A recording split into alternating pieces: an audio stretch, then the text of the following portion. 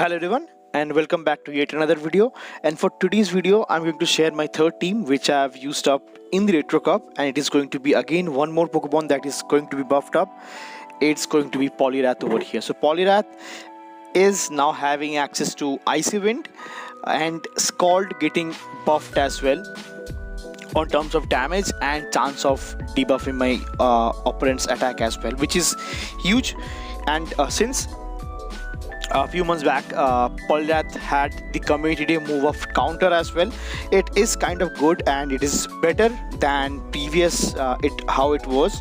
So I'll be trying it out and I'll be pairing it up with my Cresselia and my Cradily over here. So I'm pairing up Cresselia over here to potentially stop the lantern over here in this scenario, or might be few of the I believe the flyers as well in this scenario over here.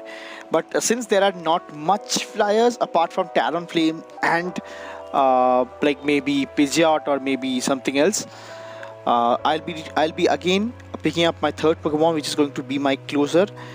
That is going to be Cradily over here, and I chose Cradily in this over here because it have the potential to core break the Lantern, Lantern and Talonflame along with Azumarill as well, which is going to be kind of a hard counter to my Poliwrath over here. So that is the reason I'm picking up this team. And since Poliwrath is kind of bulky and it's my rank 1 Poliwrath as well, it is having a bit of bulk as well. Along with Cresselia, it is having a bit of bulk, as you guys can see from the bulk rating as well. So nevertheless, that is the thought process that I had while building up this team, and without further more delay, let's quickly jump into the first battle, and here we go.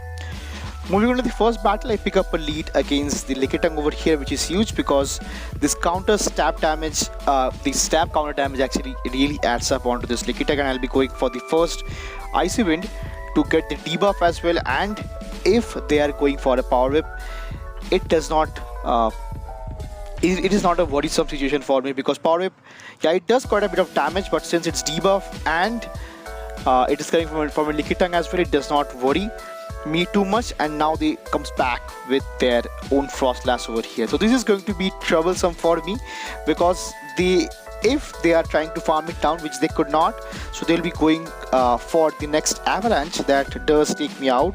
But now I have a really good mountain to climb up, because I have to really farm this Frostlass down with bullet seeds over here. And if you guys can see, it does so much damage with this Avalanche over here, so which I have put up my first shield over here onto the second Avalanche from this Frostlass, and now I have so much energy, so much energy advantage, and whatever they are coming back with, I am going to unload that. So they comes back with their Lickitung once again. So I went for the first Rock Slide, and now I'll be going for the next Rock Slide, and let's see if they want to put out their shield or not. So they invested both of the shield, and now I'll be switching out into my final Pokemon, which is going to be the Cresselia. And this is why I have Cresselia in my back, because Cresselia can handle those water grounds over here, which in this case is going to be a Quagsire. But Quagsire, yeah, it have got a decent amount of bulk, and it have got access to Stone Edge, Earthquake, Aqua Tail, Mud Bomb, multiple moves along with, I believe, Sludge Bomb as well.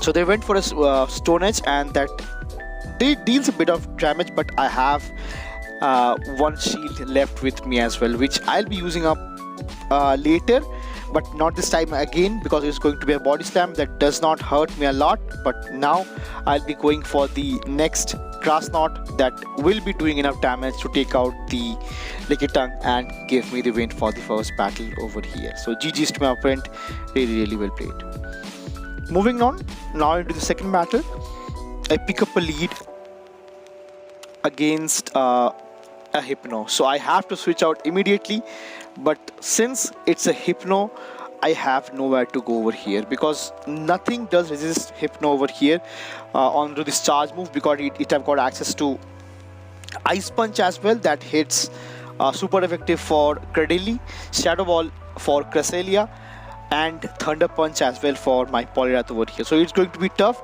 So I'll be going for the next Grass Knot, which which might land because as they have put up one shield over here onto a Shadow Hypno, so it does land and they will be getting the farm down over here.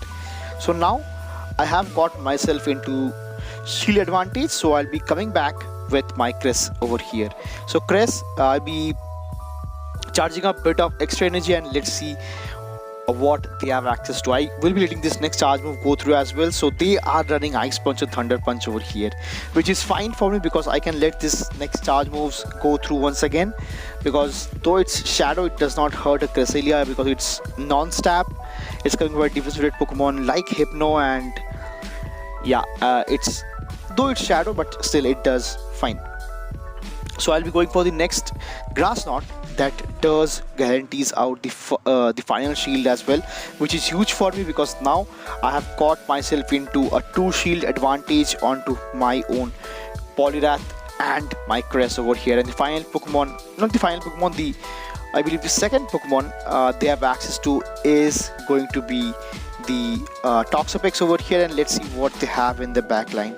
So I'll be going to let this next charge move go through once again, but it was not a great move because I thought of it was going to be a Brine, which is not, and the final Pokemon that they have access to is going to be a Swampert over here. So Swampert, since it's very spammy, it is going to be very squishy as well. So I will be going for the first Icy Wind, and I will be shielding up this next Hydro Cannon as well because my Poliwrath is not that healthy so that it can take in those Hydro Cannons over here. So I'll be going for the next Icy Wind that does take it out from that kind of range, and I have a shield to my name as well. But since the Toxicroak is quite healthy, so I have to go for this Resisted Scald, which deals stab damage. But now I have to come back with my Cress and hope they could not reach to back-to-back Brines over here. So I'll be shielding up the first Brine, and I'll be going for enough damage with my Psycho Cuts over here, and then I'll be going for my Grass Knot in this scenario. So Grass Knot does neutral damage over here, but since Toxicroak is quite bulky, it is not going to get the knockout over here. Rather, they'll be going for the Brine that does take me out. But I have got a sliver of HP remaining onto my Poliwrath, which comes back, counters down the Toxicroak, and gives me the win for the second battle here as well. GG's, and a really close battle and well played as well. Moving on to the third battle, actually, I pick up a lead against Dragonair over here. So from the third battle, I was facing a bit of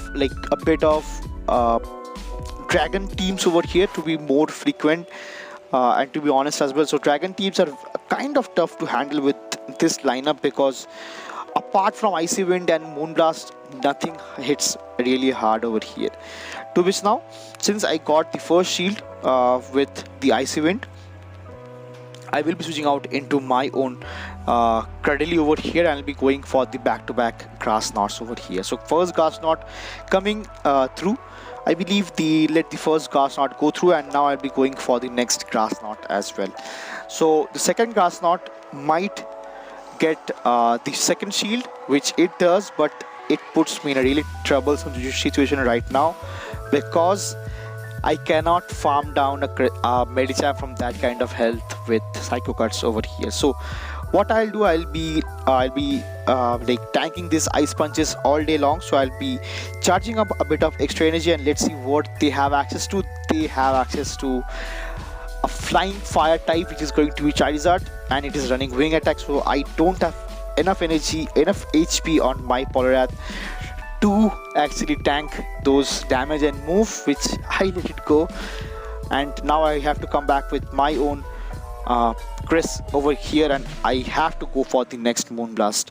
So I don't call the bait this time, so I went for the shield and they went for a Dragon Claw, and now I am calling the bait over here, and I was one turn away. I should have went for the Moonblast one turn before that so that they could not went for the Blast Burn. So I called the bait and I got into the bait because I unshielded that. I did not shield that, and it does rake me, and they can easily come back with the Dragonair and get the knockout for my Cresselia, and that's going to be a GG. Moving into the next battle, I pick up a Dragonair lead once again. So Dragonair lead is kind of tough, what I felt, and since counter is a good move, but it with respect to the energy generation onto Icy Wind, it does take 8 counters to reach to the first Icy Wind, which is quite long for a move which is having not that much damage. So that is the reason I feel Poliwrath in this meta is kind of niche over here, because of, I believe, if Icy Wind could have got one less counter to get to, it would have been better. But yeah, it is how it is.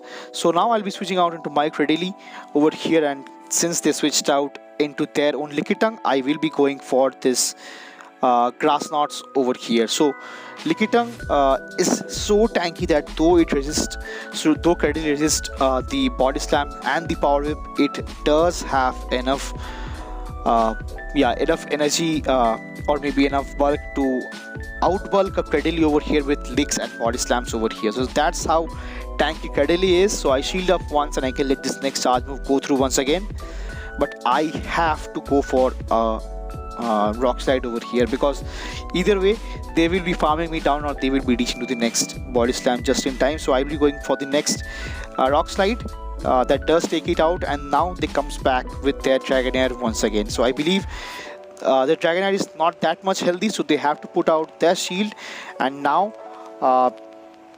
this is looking to be a fine situation for me, because though it have got access to body slam, I can tank one, or yeah, I can tank one and I can easily go for the next move, which I believe I did not throw, which is fine for me. But now they have access to a Cress over here, which is not good, because though I have access to a shield, it's not good for a Cresselia, and since they are running Confusion as well, Confusion with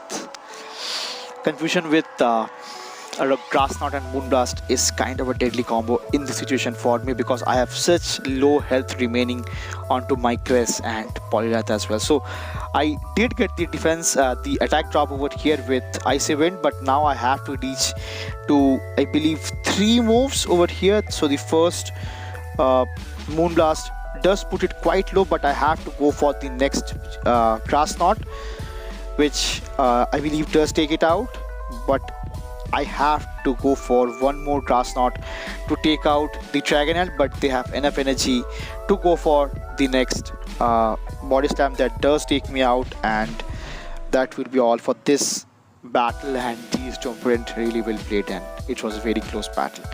Moving into the next battle, which is going to be the final battle of the video in the set, I pick up a lead against Toxicroak over here, which is going to be again having access to a new move, which is Shadow Ball, which I'll try out after few videos maybe. So I'll be shielding up the first Mud Bomb, and I'll be going for the first Icy Wind, because the next moves will take in less damage, which is, yeah, I think you guys already know about that. So I'll be letting this next charge move go through, and I'll be going for the next Scald. So Scald might get the shield or maybe get the knockout, which does get the shield, and now I can easily go for go into my Crest, because it is having a good matchup against Toxicroak over here, because having access to Psycho Cut really do add up. To which now they switched out into their Dragon type, which is again going to be a Dragonair. And as I've mentioned, I have seen a ton of Dragonairs over here while using this team. So I'll be going for the first Moonblast, actually, with that almost does take it out, and I can easily shield up once and go for the farm down over here. And let's see what they comes back in with. So they comes back with their Toxicroak once again. So I'll be going for the next Grass Knot, and since they are energy dry, I will be going for the Grass Knot, and once Psycho Cut does take it out, and let's see what they have access in their backline. It's going to be one more Dragon type, and it's going to be I believe a Flygun over here that takes so much damage from a Moonblast, and those counters from a Poliwrath does take it out and gives me the win for the final battle of the video and the set. So Poliwrath might see a bit of light, but not that much, maybe in some kind of limited metas. As I've already mentioned, if Icy Wind was one counter cheaper, it would have been so much good. So this team worked out okayish for me. Not too many, not too much good or maybe too much bad. It was fine for me. So if you're trying out this team, let me know how it is working out for you. And that will be all for this video. See you again in the next one. Till then, peace.